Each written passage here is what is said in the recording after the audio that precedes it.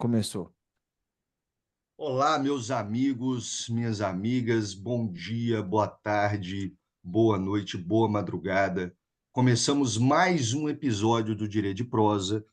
Depois de um período de férias, a gente retorna com um assunto quente, logo após as Olimpíadas. Eles que só não participaram das Olimpíadas porque não sabiam que o breakdance tinha entrado, eles que possuem uma vara jurídica maior do que aquela do francês com salto de vara, eles que fazem Ô, Guilherme, piruetas você é jurídicas, ridículo. Vara piruetas jurídica. jurídicas maiores do que a Rebeca Andrade. Ah, Eu vos apresento, meu nome é Guilherme Rezende, eu vos apresento eles, Hélio Semini e Diego Castro. Como vão? Primeiro Elinho, primeiro os mais velhos. vou, como diz no sertão de Rapim, vou como Deus manda. Eu sou igual o boi de canga. Boi de canga que é negócio que carrega o carro de boi. Ô, Guilherme, onde você riscar, eu tô indo. Te acompanho por onde flores, como diz o Belchior. Ô, gente, nós tardamos, mas não falhamos. A gente demora a gravar as tarefas do dia a dia, aulas, trabalho, escritório e etc. Mas estamos aqui, Filhos. Gui, filho, com muita alegria. E para falar de um tema triste hoje, né, pessoal? O nosso assunto hoje, não obstante, muito importante. É um assunto do momento. E hoje nós vamos falar do triste, da tragédia do acidente da Voipés, que aconteceu agora no dia 9 de agosto, né? Foi sexta-feira passada. Cumprimento ao Gui, cumprimento ao Elinho. E já vou fazer a introdução ao tema, tá, pessoal?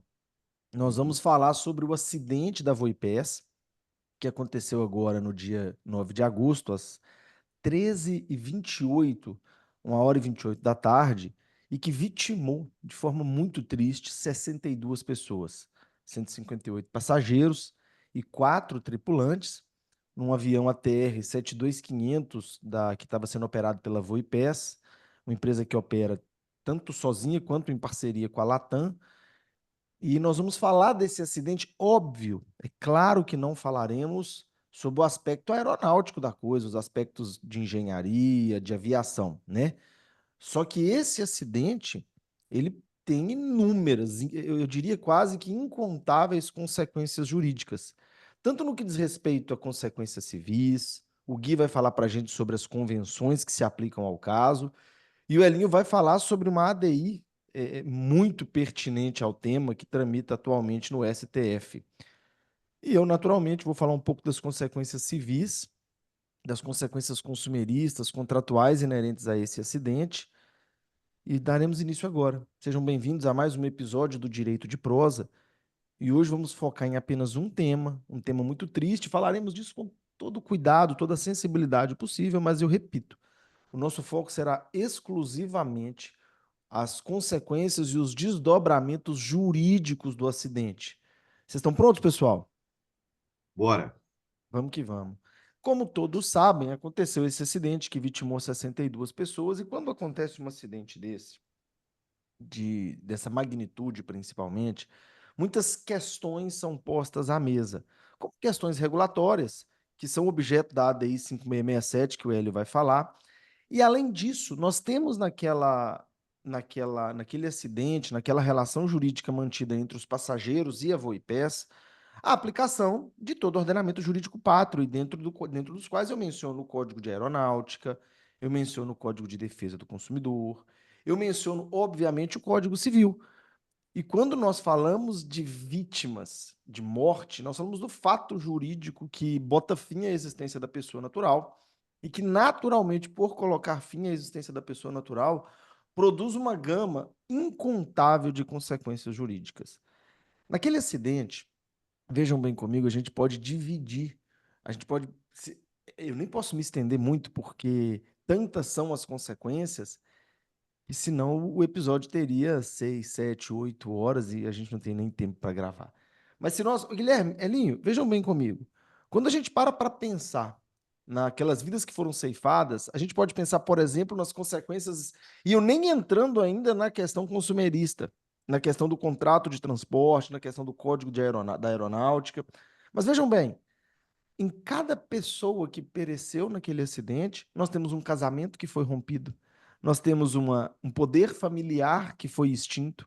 Vocês conseguem perceber isso? A gente está falando em ações de inventário que vão tramitar, mais de 60, são mais de 60 ações de inventário que irão tramitar em razão daquele acidente. São casamentos que foram extintos, são filhos que ficaram órfãos, são crianças que lamentavelmente pereceram. Então, um acidente desse, não obstante toda a tristeza que envolve, ele inevitavelmente vai movimentar o judiciário de várias formas. E vocês conseguem perceber que daquele acidente, por baixo, mais de 100 a 150 ações judiciais tramitarão em decorrência dele? E eu falo tanto na seara familiarista quanto na seara indenizatória. Porque quando a gente pensa nas vidas que foram ceifadas, nós pensamos em ações de indenização. O Código de Aeronáutica ele é muito claro na responsabilidade por dano aos passageiros, lá no artigo 256, quando ele explica que o transportador responde, obviamente responde pelos danos causados aos passageiros. Então, os familiares, as pessoas que ficaram, não obstante todas as consequências familiares, de natureza civil e, e de natureza familiar mesmo, vão ainda ter que buscar as respectivas indenizações pelas mortes. Bem, acontece essa questão de consequências jurídicas, elas acontecem. Só que o que eu vou trazer Ô, aqui para. Diego, Pode falar, Gui? não, só te interromper um pouquinho, Eu quero interrupções. porque a gente vai conversando e os efeitos, igual você falou, os efeitos do mundo jurídico é um fato jurídico, correto? Exato. Que traz um efeito jurídico, portanto. Há um efeito também criminal. Ótimo. Por quê? E aí eu não estou falando de culpabilidade, culpabilidade vai ser averiguada, não estou falando do aspecto civil, mas há o aspecto criminal de um crime que mundialmente anda crescendo, que é o crime de estelionato, o famoso 171 do Código Penal, que nada mais Maravilha. para quem não sabe, que está nos escutando agora, é você obter uma vantagem lícita em prejuízo de um outro mediante um ardil, né? Mediante um meio fraudulento ali, e você obtém essa vantagem. O que, que aconteceu logo depois do acidente fatídico? Vários perfis falsos nas redes sociais pedindo vaquinha para custear caixão, traslado de corpo, ajuda familiar, com fotos dos acidentados. A esposa do piloto, por exemplo, alertando isso, que a família não estava pedindo vaquinha nem nada. Teve uma pessoa que não foi nem um dos 62 que falou sobre o aspecto aeronáutico. Houve uma fake news, a famosa deepface, fez dessa pessoa e mandou para a mãe idosa dela, falando que ele participou era um dos acidentados.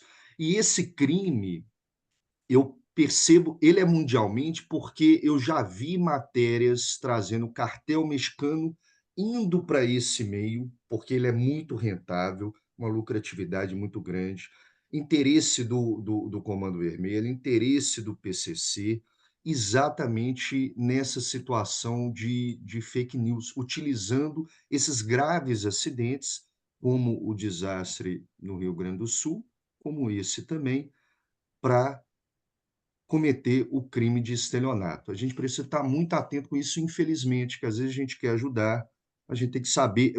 Eles aproveitam essa lucratividade na correria. A pessoa não checa a fonte, não checa o número do Pix e tem essas coisas. Então, serve de alerta. E há o efeito criminal também difícil de o estelionato ser apurado por uma questão de Pix, né? Isso voa, passa de um para o outro, não sabe, abre CPF falso, etc. Mas é outro efeito jurídico ruim se aproveita de um acidente muito grave. Ô, Guilherme, a gente não pode reclamar do. Se a gente não reclama do pênalti roubado, a gente não pode reclamar de nenhum depois, né? Vocês que entendem de futebol aí. É, se você vai comprar uma casa, você tem a obrigação, inclusive em espírito cooperativo, de ir no cartório para verificar. Se você vai comprar um carro, você tem a obrigação de verificar na internet a procedência ou não daquele carro. Isso cria um comportamento do qual você não pode vir, o Diego vai entender disso, o Venir contra cria-se, às vezes, um comportamento que você não pode ir contra ele. O estelionato digital é mais ou menos igual aquele pessoal que passava vendendo cosmético na porta da nossa casa, a pé, suando, de gravata, falando que a gente ia ficar rico e ter estabilidade financeira se colocasse uma placa na porta da nossa casa. Poxa, velho, a gente compra todo dia sai um bobo e um esperto. Se os dois encontrar, dá estelionato, Ô, inclusive Hélio, na hoje internet. eu vou só atualizar a sua frase. Hoje o bobo e o esperto não precisam nem sair de casa mais para se encontrar. Exato. Cara, eu tenho uma dó danada do São Tomé. O São Tomé falava, é ver para crer. A gente está vendo tanta coisa com falseamento de realidade, eu não sei o que São Tomé faria, não. É ver, checar, confirmar, conversar. Ainda bem que não tinha WhatsApp naquela época. Nossa Senhora. O Guilherme, eu gostei muito do seu comentário. Esse é um problema. O Brasil hoje ele tem mais de 4.800 tentativas de golpe por minuto. Por minuto. Nossa. E o interessante e triste é que a nossa sociedade ela caminha nesse sentido, porque um momento de tanta tristeza, o que tem sido usado para tentar golpe, para tentar oferir algum tipo de lucratividade. Então, eu nem tinha pensado sobre essa ótica, mas eu me deparei agora há pouco, e eles estão inclusive patrocinando. O que os bandidos fazem? Eles criam as contas ou usam contas mais antigas para tentar aplicar esses golpes, e eles patrocinam as publicações de forma que elas apareçam para quem tem interesse no tema. A gente recente pesquisou bastante sobre o tema para fazer esse episódio, e não menos de 3, 4 vezes apareceram patrocinados de familiares pedindo dinheiro. Então é assim, que tenhamos cuidado, né? A dinâmica das novas tecnologias torna a aplicação de golpes e de fraudes cada vez mais fáceis para o estelionatário e mais lucrativas, porque atinge um número de pessoas muito grande através da internet. Agora eu quero destacar duas coisas, ponderações civis acerca do acidente. A primeira delas diz respeito à comoriência. É um exemplo que a gente tem muita dificuldade de explicar dentro de sala, né? O artigo 8º do Código Civil, que é quando não existem formas de se averiguar quem de uma mesma família faleceu primeiro. Ali é o típico caso de comoriência. As pessoas que falecem num momento similar, num momento único, elas não são herdeiras umas das outras. Então vejam bem comigo. O artigo 8º do Código Civil ele estabelece exatamente isso. Quando não for possível aferir a precedência da morte, que as pessoas não serão herdeiras entre elas.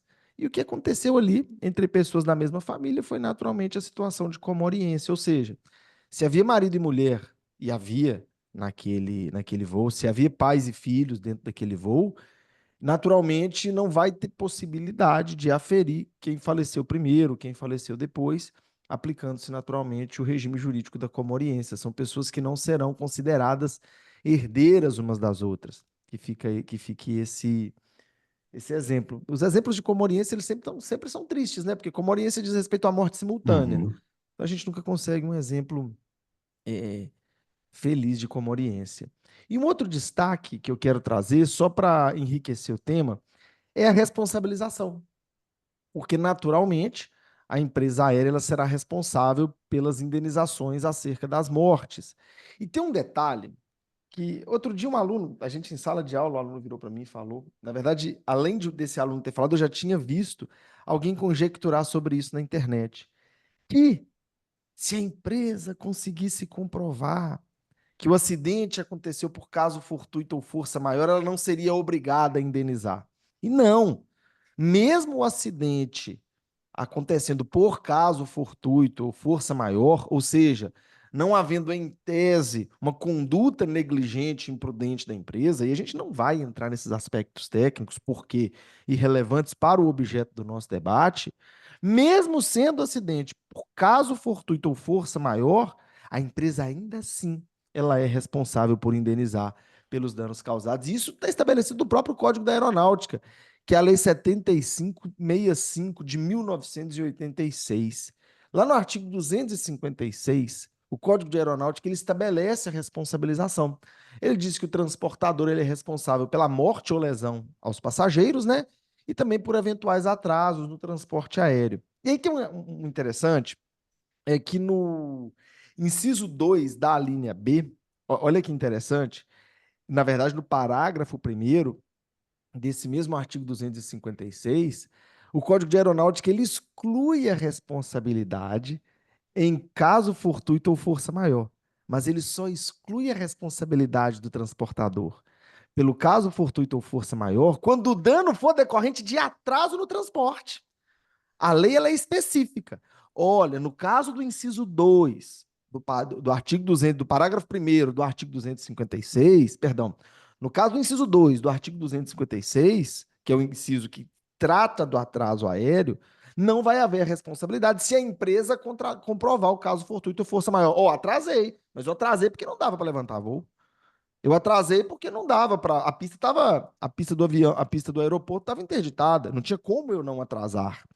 Mas pela morte ou lesão aos passageiros, independente de caso fortuito ou força maior, a empresa aérea ela é obrigada a reparar os danos causados. Então, não tenhamos essa ideia de que neste caso específico, a empresa ela vai se eximir da responsabilização pelas mortes em razão de um eventual caso fortuito ou força maior. Ah, teve gelo nas asas, não teve, enfim, isso é um debate que não nos cabe, até porque é irrelevante para fins indenizatórios. Então, veja bem, Guilherme, se o seu voo atrasou e você ajuizar uma demanda para pleitear a indenização e a empresa comprovar que houve um caso fortuito, uma força maior que impediu a decolagem, ela não vai te indenizar. Ponto. Mas apenas em caso de atraso no voo. Não em caso de morte, de lesão. Então, isso é bom que fique consignado, porque para não causar algum tipo de confusão na cabeça das pessoas, isso é disposição expressa do Código Aeronáutico Brasileiro. Alguém de vocês quer fazer alguma ponderação? Já querem passar para o tema? Eu não vou me estender demais, não. Já falei dos efeitos familiares, dos efeitos sucessórios, dos efeitos consumeristas. Fiz questão de mencionar a comoriência e também a ausência de excludente da responsabilização oriunda da força maior e do caso fortuito. É isso que você falou da comoriência, é legal, Diego, porque a gente fala em sala de aula e o pessoal fica muito na dúvida, né? Você explicou bem, a pessoa que é leiga e está nos escutando, não existe que palavrão é esse, né? A comoriência. Eu peguei um caso certa vez, só para exemplificar, um pai doou um bem imóvel para um filho, mas com um condicionante.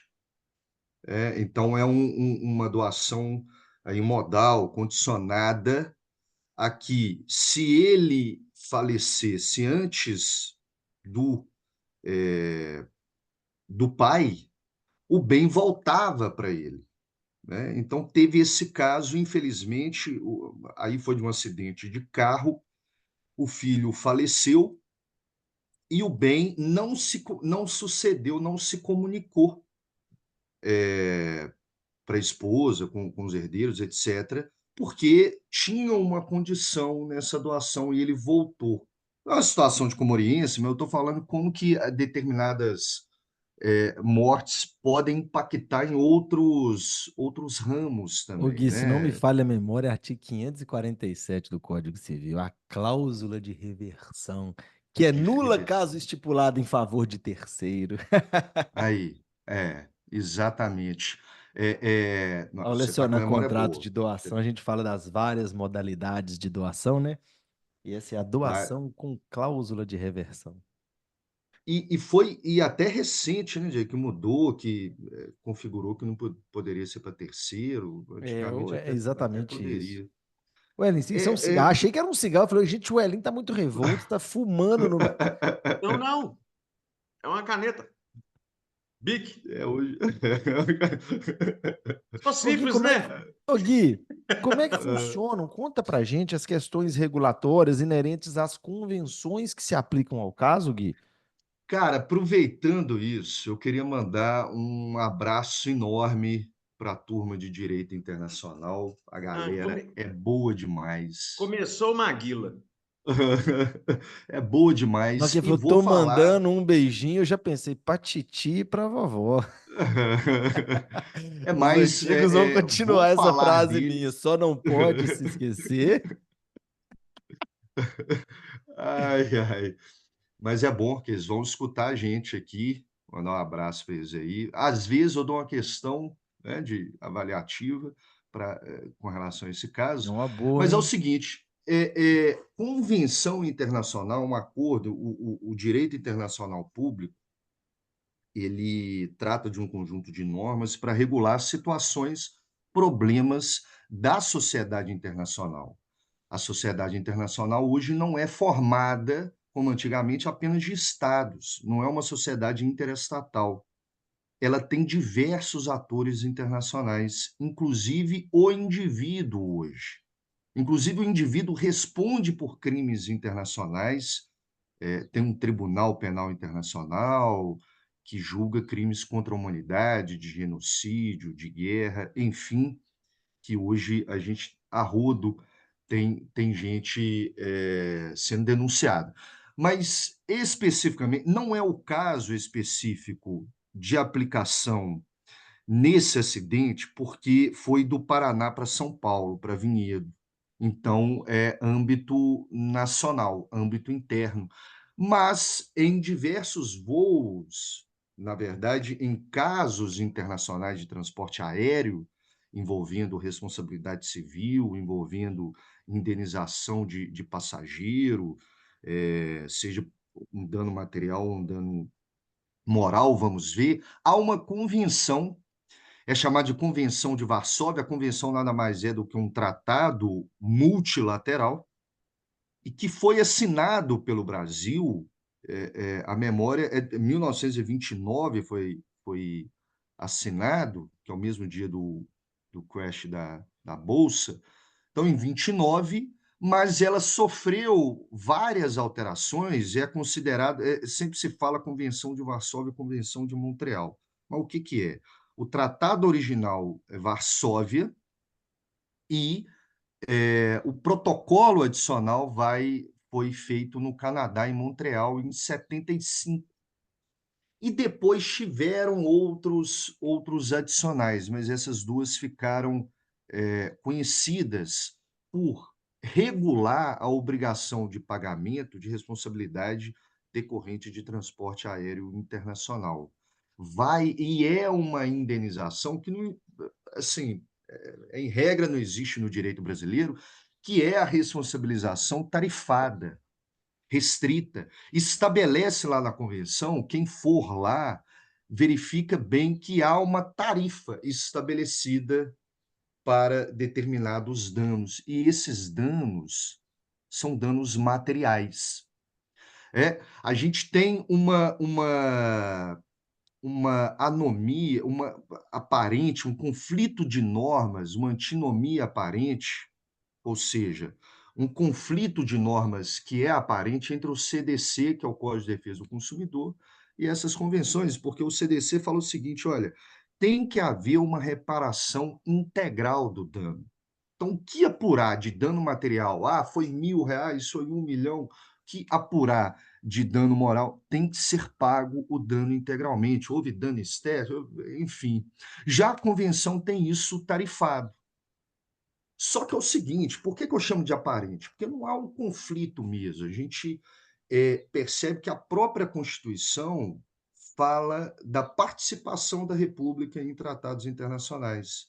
E aí a gente vai resolver que há dois critérios: um critério cronológico, um critério de especificidade, específico, e ao critério hierárquico. Essa convenção, ela foi internalizada, eu falei que ela é de 29, o Brasil assinou, ela foi internalizada na década de 30 por um decreto, então ela vigora no direito brasileiro, no mesmo nível hierárquico do CDC. Só que, então, pelo critério hierárquico, qual norma é superior à outra, a gente não resolve. Pelo critério cronológico, o CDC seria mais recente, mas há protocolos adicionais à convenção que torna cronologicamente mais recente. Então, ganha-se aí. E o outro, o critério específico, tornando aí a especialidade e o critério cronológico a convenção mais apropriada para regular essas responsabilidades. Então, dano patrimonial, prejuízo patrimonial, vai ser resolvido por um tratado internacional, a Convenção de Varsóvia de Montreal. Isso resolve isso ali. Portanto, se a gente for na justiça, igual o Diego falou, para ver a responsabilidade em caso de atraso, tem caso fortuito, força maior, a pessoa, o jurista, hoje, ela precisa ver o aspecto do ordenamento jurídico como um todo e também o ordenamento jurídico internacional, que às vezes está influenciando o ordenamento jurídico brasileiro.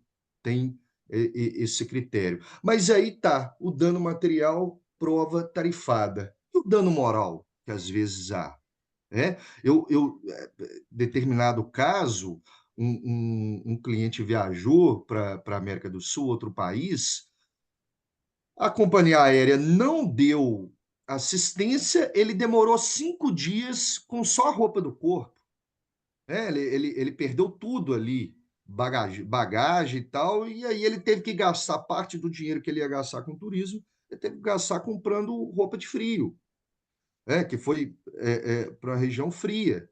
Então, assim, há um dano moral. Esse dano moral ele não é previsto na Convenção de Varsóvia nem de Montreal. Aí sim você vai para o Código de Defesa do Consumidor. E rapidamente, pessoal, só para outra situação que um acidente aéreo traz é a respeito da prescrição, porque não é ad eterno. Aconteceu o acidente agora, dia 9, é, é, as famílias vão ter que se recuperar do luto de alguma forma, encontrar forças aí para requerer o direito delas, das famílias. E tem um prazo para se requerer isso no âmbito de responsabilidade civil em acidente aéreo. E há também, e aí mais uma atenção para aquele jurista que vai ver, prazo prescricional. Nós temos o prazo prescricional no Código Brasileiro de Aeronáutica, que fala 2 anos. Nós temos o Código Civil, que fala 3 anos. O Código de Defesa do Consumidor fala 5 anos. Já há uma decisão que, em âmbito interno, se trata, aí vai se obedecer pelo mesmo critério, porque é uma relação consumerista, ele é mais específico do que o Código Civil, vai vigorar o prazo prescricional, que é o CDC, a lei específica, 5 anos para se requerer isso aí. Em voos internacionais já é diferente. Em voo internacional, há um prazo prescricional de 2 anos, baseado em quê? Na Convenção de Varsóvia, que aí é mais especial que o CDC e cronologicamente mais recente. Então, tem essas diferenças que o jurista ou aquele que está assessorando a família precisa se atentar, né? Às vezes só vai num CDC e perde o prazo. E aí perde o direito. O direito não socorre os que dormem, como diz o velho Brocardo. É uma situação interessante. Portanto, o envolvimento dos tratados internacionais influenciando o direito nacional, prazo prescricional e com relação à responsabilidade civil, dano material e moral. Ô, Gui, Era o que eu tinha para e é um falar negócio aí. interessante porque a gente para pensar, e é a coisa mais comum que existe. Quando a gente pensa em ação judicial, é uma ação judicial que geralmente envolve dinheiro, envolve reparação de danos.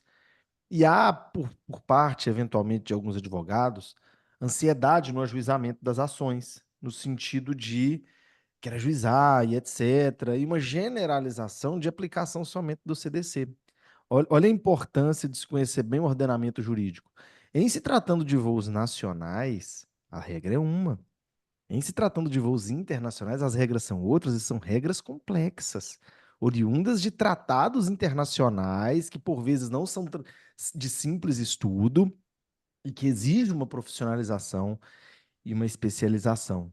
Que bacana você ter trazido esse tema, viu? Obrigado, Gui. Eu quero ouvir também se o Elinho tem uma ADI pesada tramitando aí, né? Muito atual, não tem? Tem, tem. Contextualiza pra gente. Olha, eu vou contextualizar em contado no relógio 5 minutos. Direito e justiça, eles são filhos da mesma deusa grega, univitelinos, e nem sempre eles se encontram. Olha, o Gui falou dos tratados internacionais, que trata dos voos internacionais e transcontinentais, pois que há uma diferença, claro, óbvio, geográfica. Eu fico muito. Eu estou extremamente irresignado, constantemente irresignado. Defender lei, já falamos isso aqui no Brasil hoje, está uma coisa horrorosa. Existe uma ADI tramitando no Senado nova, ela aportou, ou seja, ela chegou no Senado, não, perdão, no STF, no STF, uma ADI no STF, nova, em que se discute um tratado internacional em que se aplica, que é a Convenção de Chicago, em voo nacional, ferindo uma série de postulados, eu não vou nem vou falar princípio, Diego, da Constituição Federal. O que é um postulado? Postulado é uma coisa importante pra caralho, que todo ordenamento jurídico, todo ordenamento não, todo o sistema jurídico, inclusive o judiciário, tinha que proteger, porque são normas de aplicabilidade imediata. Há exemplo do acesso à inafastabilidade da jurisdição, o devido processo legal. Quando a gente fala nesse negócio de devido processo legal, é a oportunidade da gente usar todos os meios de prova, inclusive, para nos ver ressarcido no caso do acidente de danos. E o que nós temos na realidade? Nós temos 62 pessoas mortas, falecidas, em decorrência de um acidente, em que um dia depois, pelo menos é o que nós temos noticiado, que um dia depois, as passagens continuaram a ser vendidas, a companhia continuou a operar, sendo que, se fosse olhar propriedade, existe no CPC aquela parada da avaria grossa. Há 2, 3 anos atrás, nós vimos, por conta de propriedade, bem material, aquele navio que o capitão decidiu errar lá no canal de Suez, ele ficou preso. Ficou. Não saíram de lá os bens e as pessoas enquanto não se discutiu a indenização. Aí vem uma desgrama de um tratado, de uma convenção internacional, que é a Convenção de Chicago, chega no STF, o relator, ministro Nunes Marques, ele dá aplicação a um tratado internacional, ferindo a soberania da nossa lei, contrária à lei de introdução, dizendo que as investigações no âmbito da aeronáutica não podem, além de ter preferência, não podem ser usadas no processo judicial.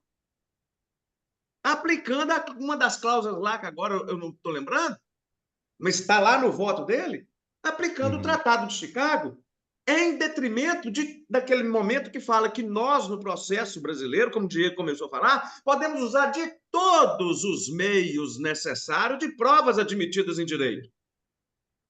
Uma lei federal, tratando, inclusive, de norma postulado constitucional, sendo deixada de lado por conta de questões meramente patrimoniais. Inauguramos aí um sistema dualista de investigação. Nós temos uma investigação administrativa extremamente reservada, membros da aeronáutica, e nós temos as vítimas suplicando de pires na mão no Poder Judiciário. O único ministro que objurgou, que foi contra isso, em virtude da inafastabilidade da jurisdição e do acesso ao direito à prova, foi o ministro Flávio Dino, que até então tem sido coerente com a independência do judiciário. Porque nós haveremos de lembrar que outro dia criticou, inclusive, o próprio governo, não vou ficar falando nome, que o nomeou, que o indicou, em um primeiro momento. Então, retornando à ADI 5667, cujo resultado já está esperado, claro, nós temos que perceber uma necessidade, e eu quero mais, uma hora eu quero falar sobre isso e já encerro, uma necessidade da gente rever aquilo que às vezes nós chamamos, de um modo pejorativo, do fetichismo processual, gente.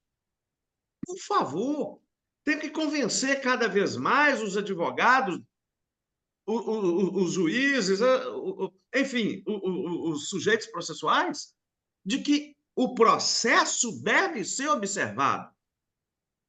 O processo é o não no aeroporto, Diego. Uma senhora que sai, já que estamos falando de trajeto, uma senhora que sai lá do Piauí com a mala cheia de doce, juntou dinheiro o ano inteiro para visitar a filha no Rio Grande do Sul, ela chega no aeroporto, ela é barrada. Ou ela deixa os doces ou ela não viaja.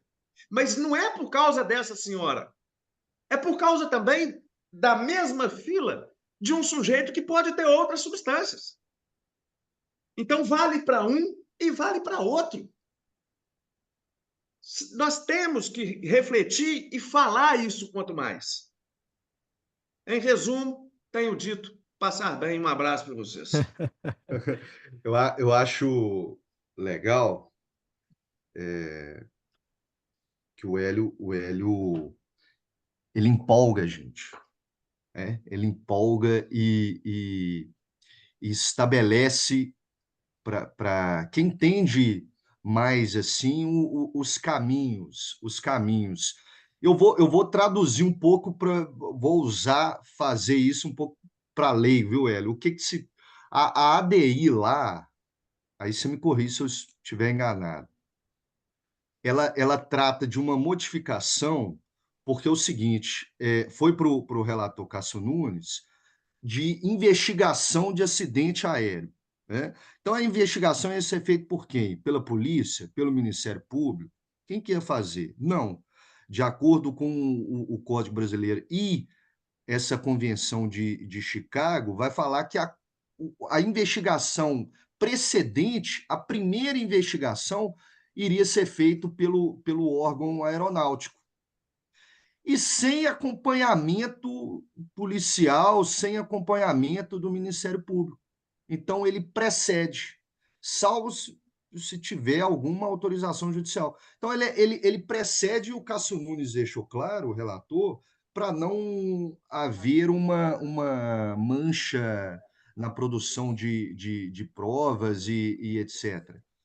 O Flávio Dino falou assim, gente, se não se permite o acesso simultâneo, isso ficou gravado na minha cabeça. Se não se permite o acesso simultâneo, você pode prejudicar as famílias, a parte interessada, nos seus direitos. Porque o investigador aeronáutico não está investigando culpabilidade. Ele está investigando o que houve. Vai investigar a caixa preta lá, se o destroços espalharam, mas ele não está vendo culpabilidade, que é um elemento essencial A da responsabilidade civil. responsabilidade. A responsabilidade civil, exatamente. Então você prejudica as famílias que estão buscando ali o seu direito. Essa ADI que o Hélio falou é muito interessante porque ela foi anterior ao acidente do dia 9. Ela estava na mão do relator, não ia para julgamento, e logo depois do acidente, aí foi organizado internamente no tribunal e colocou para ser julgado, e houve isso, só o voto contrário do ministro Flávio Dino. O resto, eu acho que, salvo a exceção aí, o Hélio, da mineira, Carmen Lúcia, eu acho que ela não esteve presente. Saiu. Mas o resto todo mundo votou, né? Todo mundo votou. A Carmen Lúcia estava no seu bunker de Belo Horizonte. A Carmen Lúcia, de quando em quando, ela não aguenta ficar em Brasília. Ela fala isso. De quando em quando ela tem que subir para Minas. Aliás, nós mineiros temos uma vantagem muito grande, né? A gente sobe muito mais alto para ver o restante do contexto. Pessoal, eu vou ter que fazer igual o gasômetro da Uzi Minas, ó, dar uma vazada, porque eu tenho uma reunião extremamente importante que em breve eu lhes publico. Ó, já tô Gente, indo. ó, a gente encerra o episódio por aqui. Ô, Elinho, obrigado pela parceria. Gui, tamo junto, meu parceiro. Fui. A todos vocês que nos ouvem, um beijo, uma alegria enorme, Um ó. beijo na E a- nuca. E a gente vai começar a publicar algumas questões de prova aqui durante os episódios. Uma, vai ser uma, vão ser espectadores compulsórios. Vocês vão ser obrigados a nos assistir para verem as questões. Como diz no início da nossa conversa, como diz o Odorico Paraguaçu, eu estou com a alma lavada e enxaguada no sabão da felicidade, tal qualmente uma criança cujas coronárias estão extremamente felizes por lhes encontrar, por lhes reencontrar hoje. Um abraço. Gente, beijo a todos, viu? Fui. Beijo Com Deus, na nuca aí, galera. galera. Tchau, tchau. Vermelho.